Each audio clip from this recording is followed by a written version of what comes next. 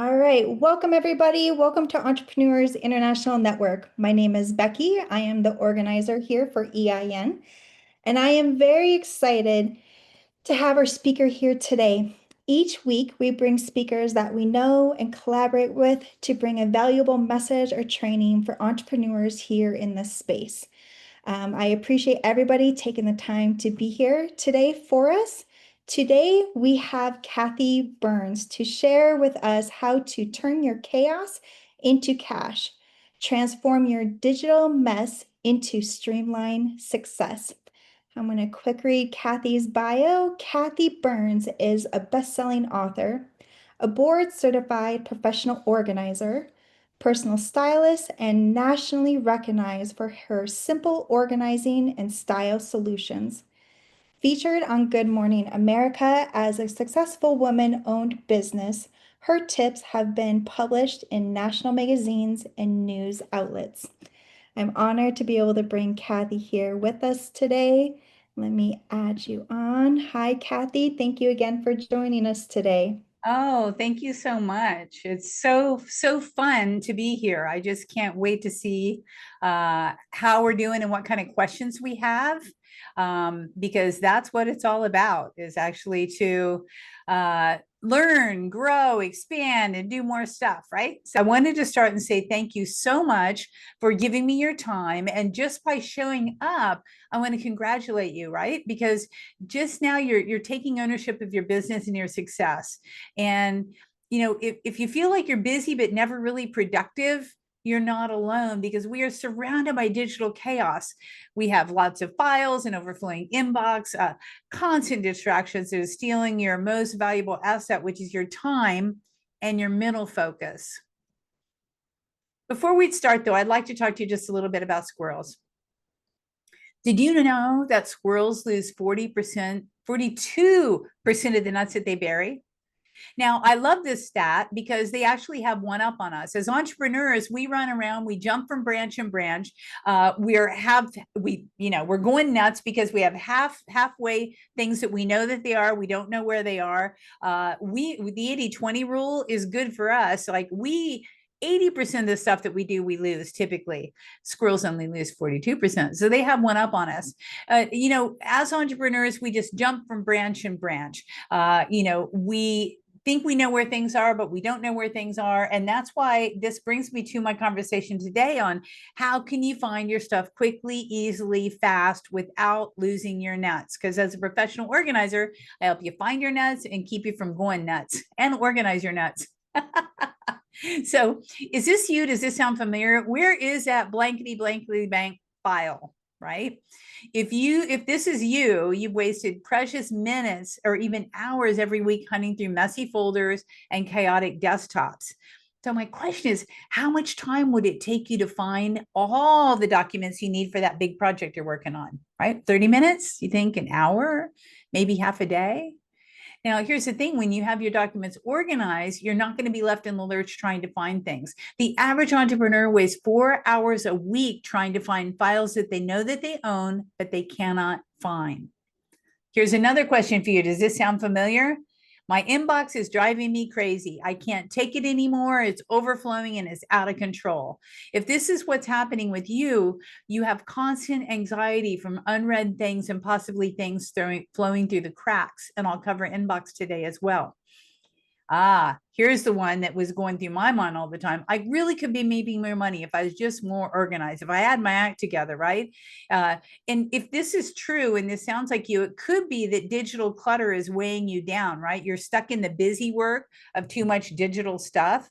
And, if you nodded yes to any of these questions, you're in the right place, and we're going to solve a few of those challenges for you. During this time, I want to give you actionable roadmap steps that you can take to a calmer, more productive digital life.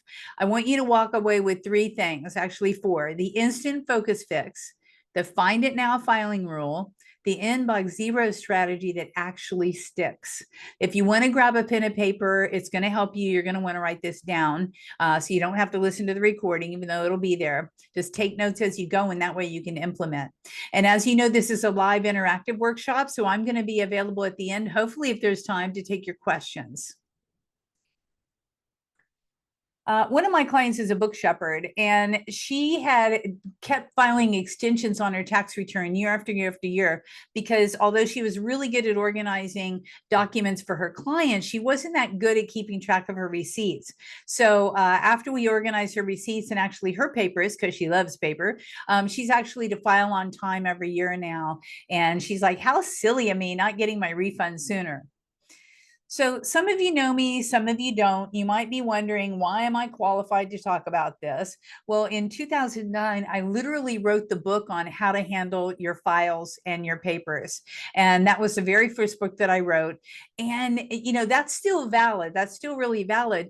But now we have all these other parts of the machine that in our life that used to be manual is now in a machine. Take, for instance, our Rolodex in a machine, your day timer in a machine, your notepads in a machine, hopefully, your slides are in a machine, your calculators in a machine, right? Now your muck is digital clutter.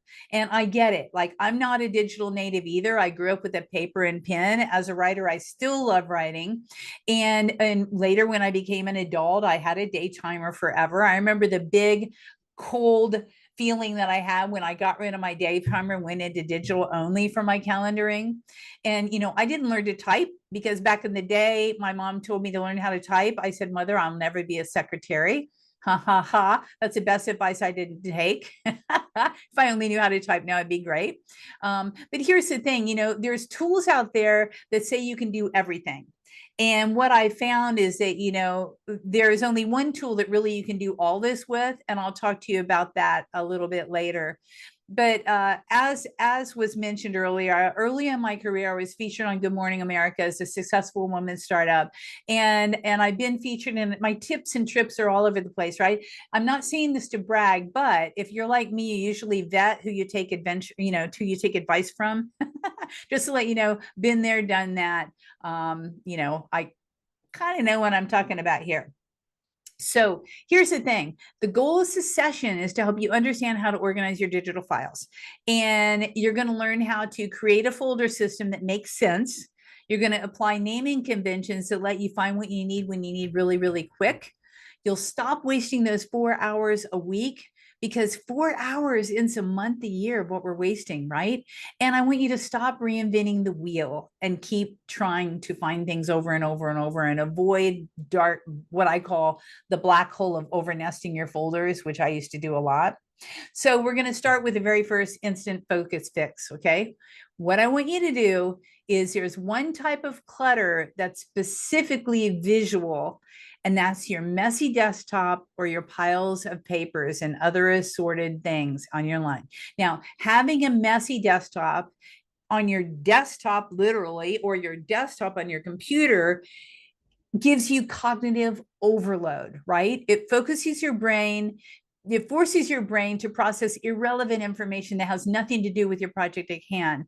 And what that does in that decreases your focus and increases your stress, right? So you don't want to have all this stuff changing your focus. The same thing is, visual noise, right? Handling your brain is processing visual noise all day long. So every icon in your desktop is a visual decision. What do I need to do with that? Do I need to do something with it? Right? It's like working in a messy desktop with piles of papers. So what you want to do for the visual and the other noise is you want to turn off every ping, bell, beeper, whistler that's happening to you and banner that shadows your connection to your concentration. Why? A lot of people say, why? Why do I have to do that? Well, guess what? Studies show it takes over 23 minutes to refocus after you get interrupted. Just one single interruption will take you 23 minutes to get back to it. That's why you really need to pay attention to what the visual noise is that's happening in you.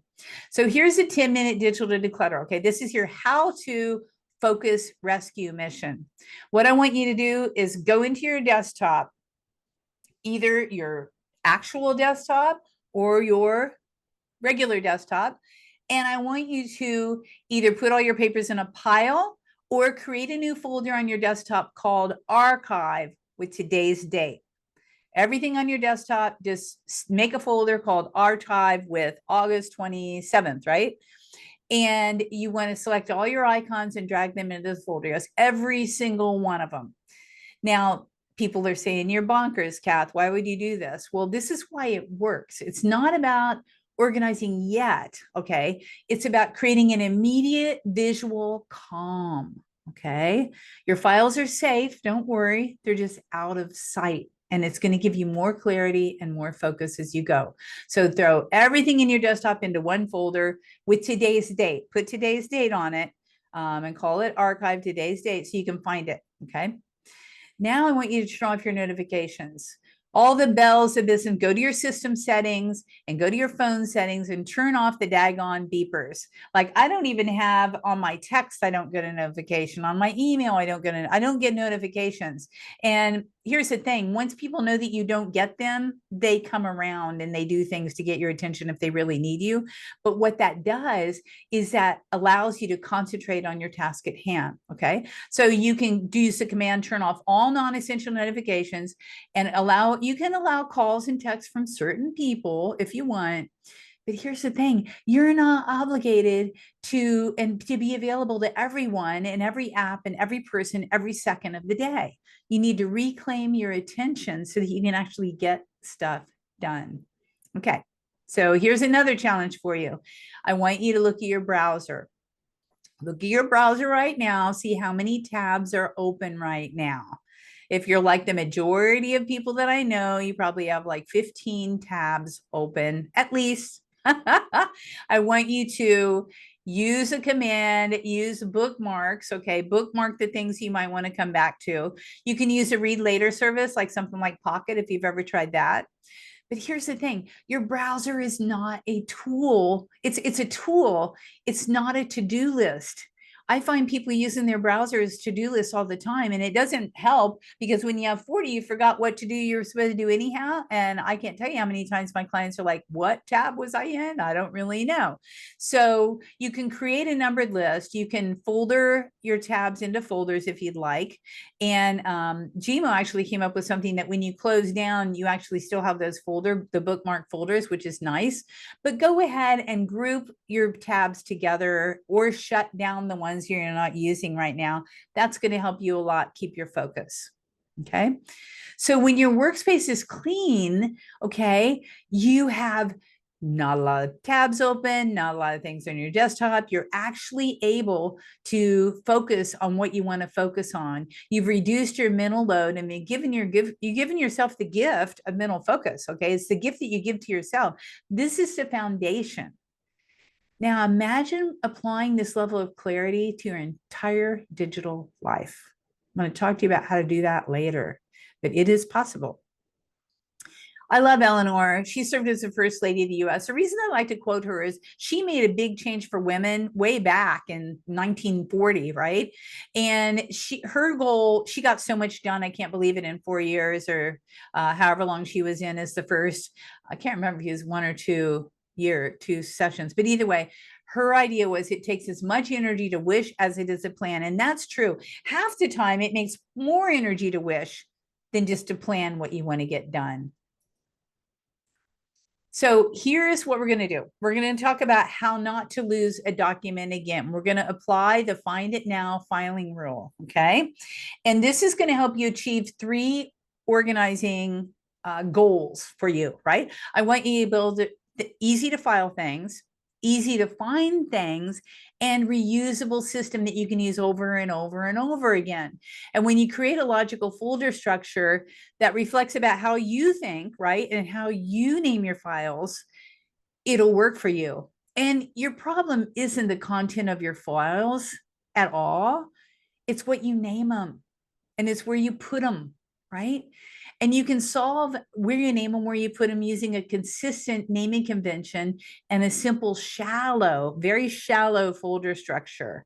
Okay, it'll give you faster access, it'll reduce your frustration, so on and so forth. So look at this. This is actually what one of my clients had for their files. She had a file called document1.tdf. Final draft .docx, final draft, really final .docx, meeting notes .doc. Do you think this worked for her? Do you think when I said, hey, can I see your recent handout, what you're doing, that she could find it? What do you think? Put yes in chat if you think she could have found it.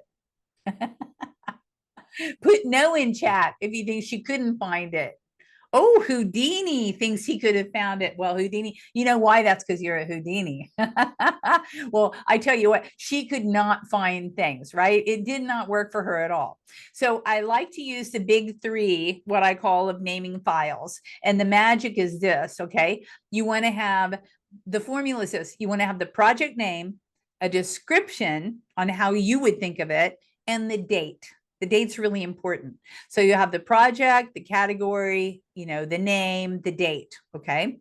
So do you see how graphics underscore final underscore v3.pdf doesn't really mean anything? Like, what is it? Right. Oh, Brenda. Yeah, no. Right. So does it make more sense to go 2025 webinar underscore promo graphics underscore 2025 826 PDF?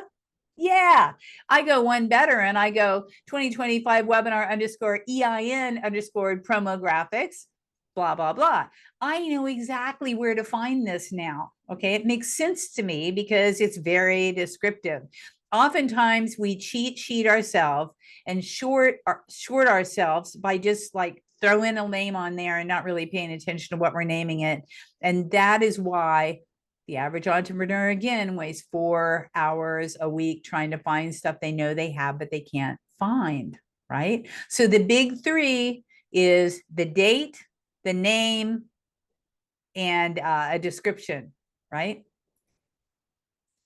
So you need a strategy, right? You need to name your file folder strategically. And one of the goals that I find is easy to find, okay? And a way to accomplish easy to find is by putting some thought into how you name your folders and your files. We already talked about how to name the files. Talk about folders, okay? It doesn't have to be complicated. In fact, I would like you to have only 4 folder names in your main hard drive, 4 to 5 tops, and I'll go into that in a minute. So try to imagine when you're naming something, try to imagine what your future self would ask you, would say, where did I find that webinar from EIM in August? Right? Or where did I find my notes from that webinar from Kathi, the organizer in August, right? Think about that. What would your future self try to find it? So that's the naming. But when you're going to folder very shallow. So we'll skip this. I'm going to try to expedite this situation. So shallow, not deep is really a big thing that I follow. Your folders should help you. They shouldn't hide things from you, right? So avoid over nesting means that you don't have anything more than like 3 to 4 levels deep in your folders, okay? A deep hierarchy is where folders go to die.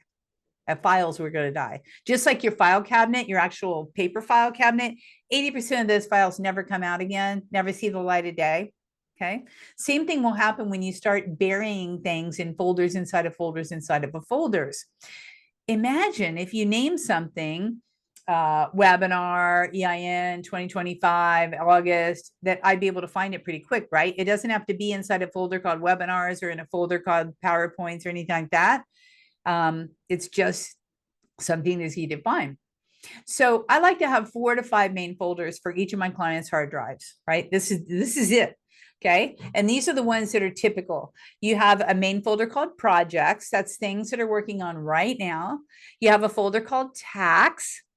And the tax actually could be nested under business if you wanted this where all your tax receipts and returns go to live.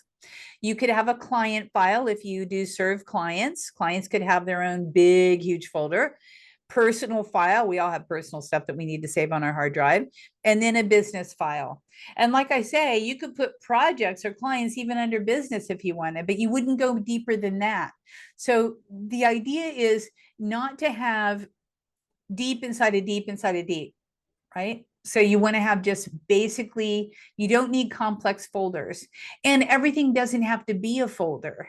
This is the thing. It's so quickly to make a folder, but a folder is just for your broad categories. It's not for your little bitsy files. Like I would never have a folder called EIN, but I would have a folder called Amon because I've been with him forever and a day. And all of this stuff goes underneath there under business. Okay.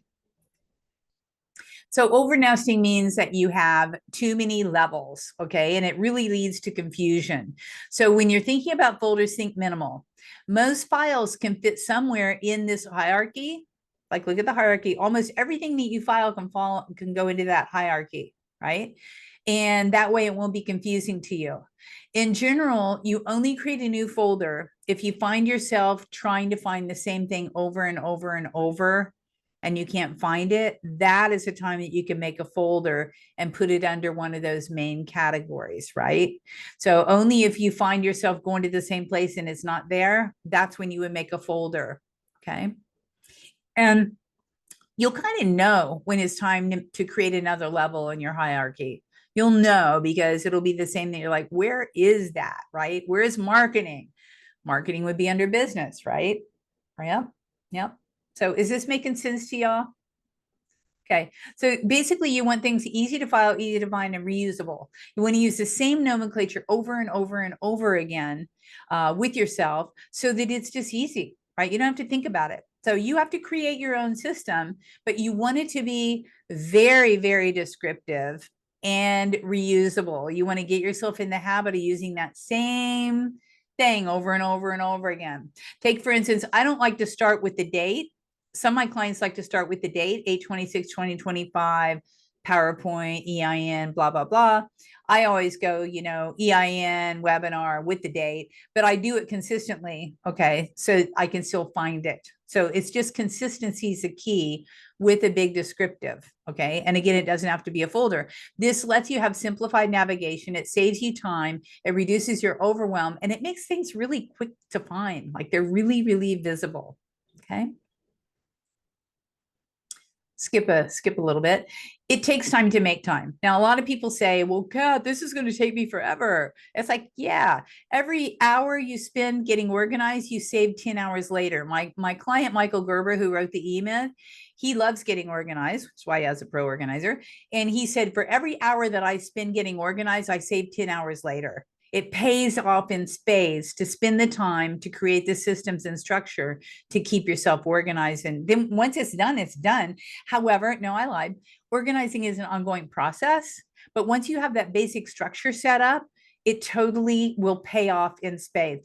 When I started my career, it was like every hour you spend, you get 4 hours back. It's been proven now that it's 1 in 10, 100% productivity increase. And it does time to make time. Okay, we're going to jump into your inbox. Your inbox is not a to-do list. If you have 30,000, 20,000, 10,000 emails in your inbox, you're using it as a to-do list. And here's another thing. You have to shift your mind on this because your inbox is a call to action. Every single time that you go into your inbox, someone wants you to do something. So you go into reaction mode right as soon as you go. And, it's time for you to make friends with your inbox and learn how to handle it, right? Because some of the time, including me, I have a love-hate relationship with my inbox. Like I only go in there at certain times and I cringe when I go in there because it's just like, oh my God, I got to delete all this stuff. You need to make friends with it.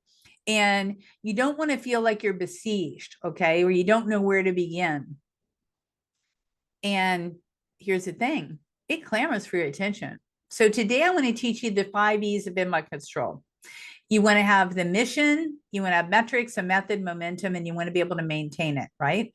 So the mission is to read it, act on it, be done with it. You want to do that. You also want to set up a system to open, delete, or turn it into a task.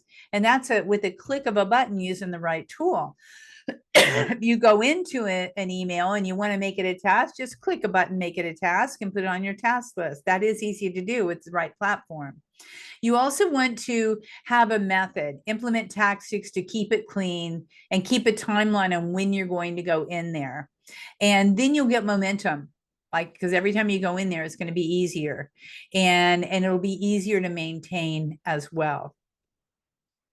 So realizing again, the emails are reactionary. Every single email wants you to do something. That's why we always say, don't go into your inbox first thing in the morning. You're going to go like that off into somebody else's thing that they want you to do. And you don't want to do that. Okay. You just realize that everything is a call to action, and we don't want to react. And we all get really fatigued now because everything is happening at the speed of whatever, hot, faster than the speed of light, right? Maybe it's speed of light. Either way, things are happening so fast and we're trying to keep up, and we just can't keep up because we're human. We're not machines. So you have to realize that once your computer is turned on and open for business, emails are constantly going to be trying to vie for your attention. And when I notice I say try to get your attention, they don't have power unless you let them give you their attention. My inbox does not stay open all day long. No, it does not. I come on at certain times of the day, and I have slowly but surely controlling the beast, because the beast is a biggie. Here's how big it is. And this is an old stat.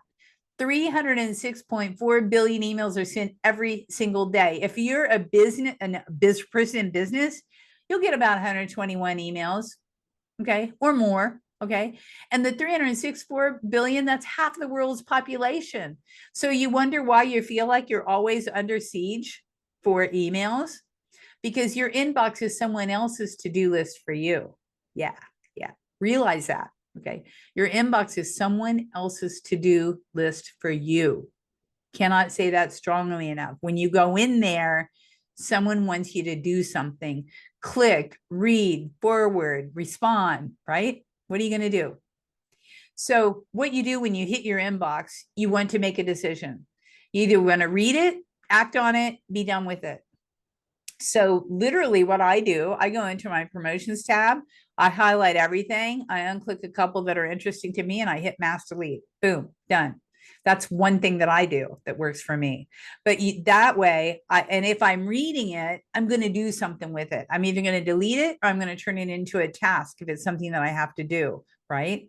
And what you can also do is also have files set up. So if it's a newsletter that you do want to read, but you never seem to get to it, make a little filter to send it there. Because here's the thing, you can't afford to let email consume your day.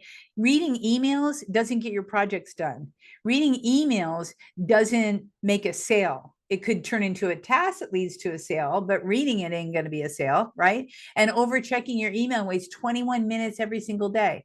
Almost a half hour we spend over checking our inbox. I hope I'm giving you enough motivation to not go there, right? I'll tell you about my client, Seth. He had over 4,800 emails in his inbox when we started working together. He felt overwhelmed, but he had no idea where to begin, right? Everything was in a jumble in his mind, and he hated his inbox, right? It affected his life so dramatically that he spent sleepless nights worrying if he had overlooked important business details that had arrived in an email, right? He was a financial planner. He was stressed out. So my question to you, if you want to, how many emails do you have in your inbox right now? Anybody want to put it in chat? It's really funny, and there's no judgment too, because I usually have 100 to 200 emails in my inbox. My husband, if he has more than 5, he freaks out. Some of my clients, 60K. Okay, Houdini, you're supposed to be wiggling your nose and getting rid of some of those. Okay, 2,500. We all have our threshold of when we start getting freaked out about it, right? But I'll tell you, if you have over, let's say, 500 to 1,000, I would bet that you're stressed, and you feel like maybe there's some things there that you didn't do, that you should have done, that you could have done, shoulda, woulda, coulda, right? When you're on top of things, you don't have that feeling, and that not having that feeling is worth $1 million. 1 week worth is a rule about, oh, you only have 400 in a week? Wow, I'm impressed. Okay, so the metrics are this: read, respond, remove. So you're either going to read it and be done with it, you're going to respond it, or you're going to move it into a task. One of the two, one of the three. And there's a lot of things too, that when you archive emails in a certain platform, they never go away anyhow. So you don't have to worry about things disappearing for your life, because they'll still be there. So you don't have to worry about that.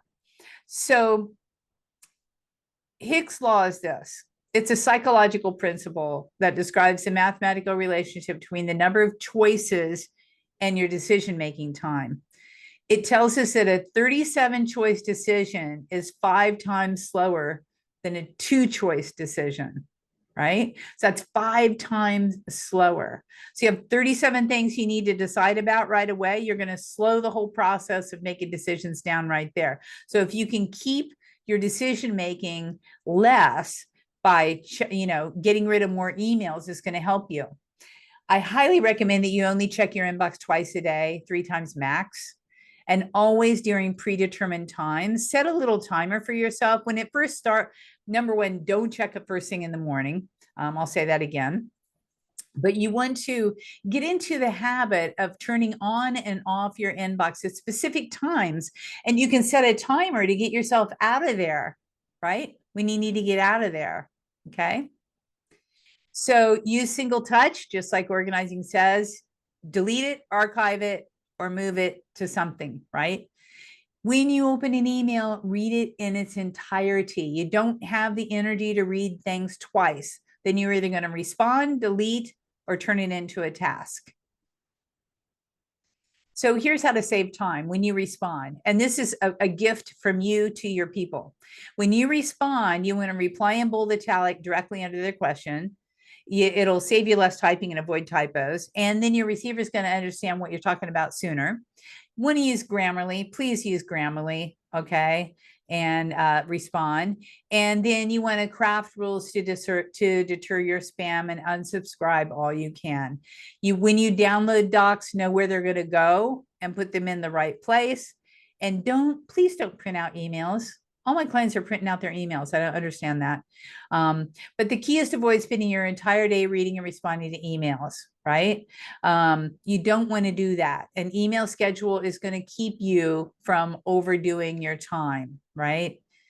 And don't check inbox early in the morning. No, no, no, no, no, no. Set your day up for success before you go there, because when you go there, people are going to be asking you to do stuff. And you're going to be, we're all people pleasers. We're going to be very tempted to go ahead and do stuff and respond to them, because that's what we like to do. Like, we like to respond, but just don't do there. Go ahead and set yourself up for success. Figure out your to-dos, plan your day before you go into your inbox, before you open up your voicemail, and before you check your text messages, right? No, no, no, baby. Go ahead and take care of yourself, right? And be careful what you ask for. When you subscribe, realize that you're only going to open about 20% of your permission mailers. You're going to spend 15 to 20 seconds each time. And just that consumes 4 minutes every day. That's just for that, right? So guard your time as if it is your life, because it is. Time is the only thing in the world that's limited. That's the only thing that's limited in our whole entire life, right? So when you respond, you want to be concise, you want to outline the response, you want to give a deadline, you want to describe the content. When you send an email, you want to make a subject line that makes sense. Examples I found: COVID relief, get ready to apply now. That tells me exactly what it is if I need to open it. Hey there, can I have a minute of your time?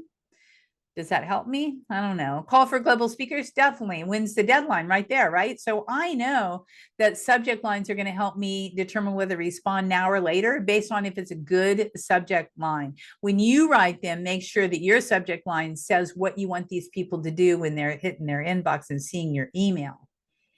And here is the thing: organizing an ongoing process. You want to continue until you've figured out how to deal with your inbox, how to keep the inbox under your power, because a full inbox will waste a half hour a day. For you, people are out there, you might think that it doesn't, but it does. You're wasting a half hour every day. Yeah.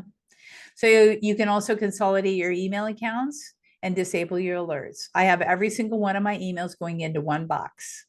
Some people get freaked out when I say that, but it works for me, and it would work for you if you just give it a try. Don't have to check, all your different Outlook, email, Gmail, AOL, all that stuff. Have it all come into one place, and then you can handle it and tackle it much quicker. Okay. Research says it can take people up to 23 minutes and 15 seconds to fully recover after an interruption. I'm saying that again: 23 minutes to recover from an interruption. And your inbox is one of the biggest disruptors that we have right now. Create a filter. If you have a newsletter, go ahead and have it sent to a folder to read later. You're not going to read it when it hits you anyhow. And what's cool about that is it automatically goes to a folder, right? It filters out into a folder. You can look in that folder and see how many you've ever read. And if you get down to the point where you haven't read any of them, then you need to get it unsubscribe. If you read a couple, then maybe you can slow it down a little bit, but it actually keeps it out of your brain or mind, right? Out of your cognition until you're ready to read it, right? And then maybe you've set aside time to actually read newsletters later. So just remember that if there's a fire, if there's an email, it's someone wanting you to do something. And is that email their fire or is it your fire? Everyone can wait an hour to jump into their inbox. Yes, you can. So if you want to start taking control of your inbox, for those of you who have over, 1,000 emails or whatever in your inbox, you want to start by saying, how old is 2 months? Too old. I'm working with a client right now. 3 months was too old for her. So anything beyond 3 months, we automatically deleted. Okay. You can delete by dates. You can also delete by name.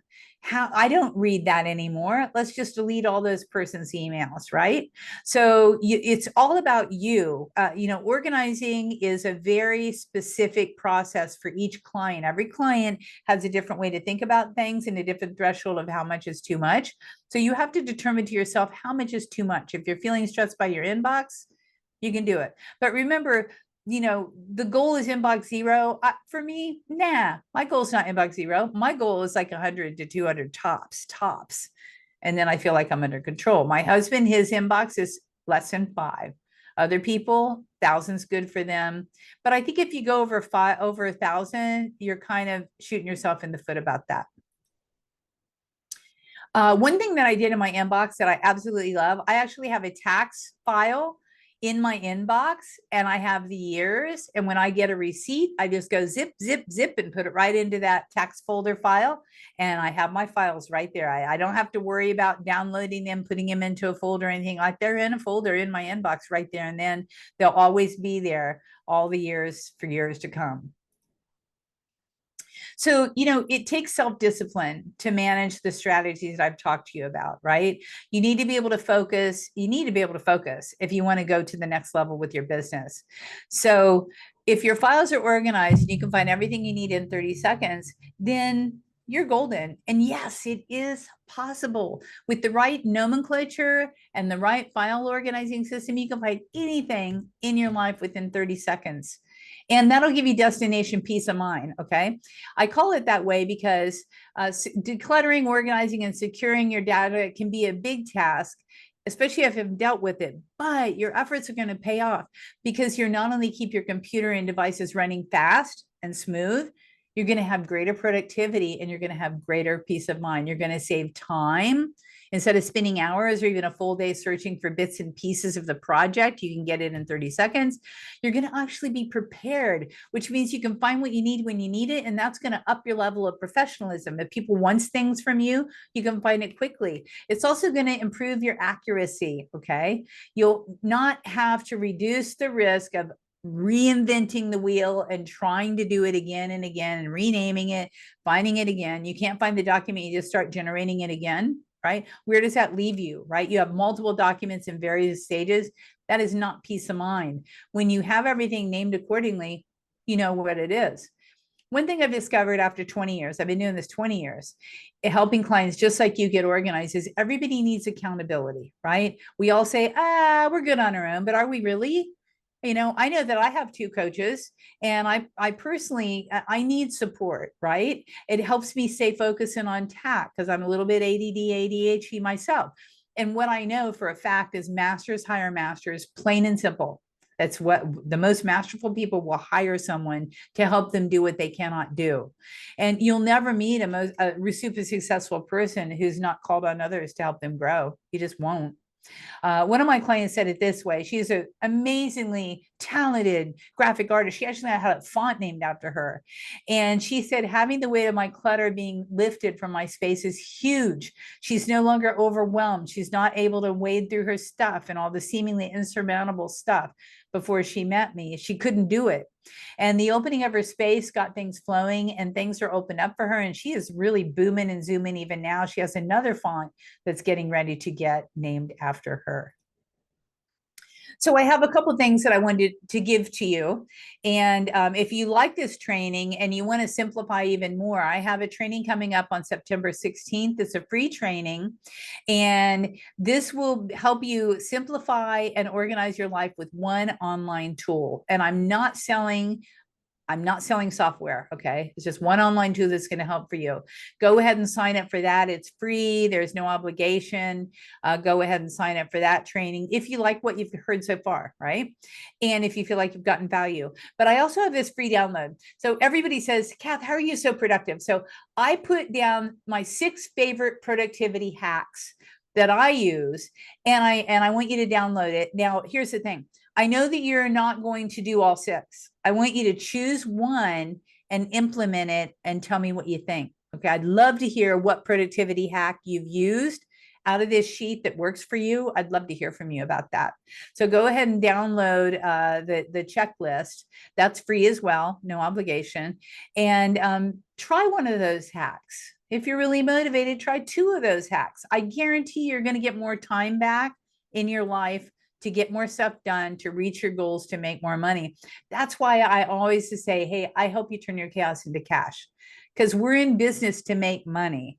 But if we're encumbered by all the crap that it takes to lead a business, which I've already talked about for the past half hour or whatever, you're not going to make the money that you want to make, right? You need to just clear the debt, get organized, and clear away the fluff, or as my first book says, the muck that makes you stuck or unable to move forward.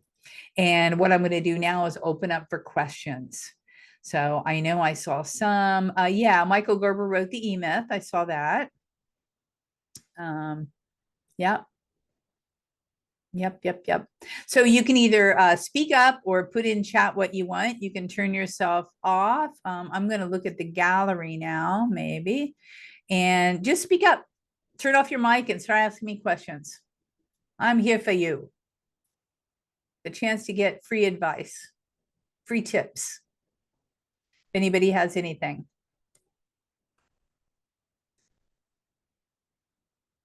I'd love to hear from Houdini here, who has all these this inbox full of emails. How does it feel, and how are you able to manage it? Do you have any secret tips, Houdini? Hi. So Hi. it's funny because I actually had a lot more and I reduced it to 60K. And yeah, and I'm definitely like, my goal is to also reduce that way more. And I loved hearing that your husband has it to 5. Oh, That is so, yeah, you I know, can't do 5. I just can't. right. That's brilliant. That's brilliant. And then what I thought of with him real quick was, I thought, oh, it's like a handful. That's 5. That's all he's willing Yeah, to deal with. I love that. yeah, And also I want to say before I go back to the 60K, when you said masters, hiring masters, I love that you said that, because you're one of the few people I've heard say also what I say, which I think is like, teachers need teachers, and I think coaches need coaches, et cetera, and so forth. So I love that you said masters need masters. So yeah, so I mean, I'm on the call because this is the thing. Like, because I was able to reduce it to 60K, meaning I have a handful of email inboxes, right? Different ones. And then I got all of them to 0.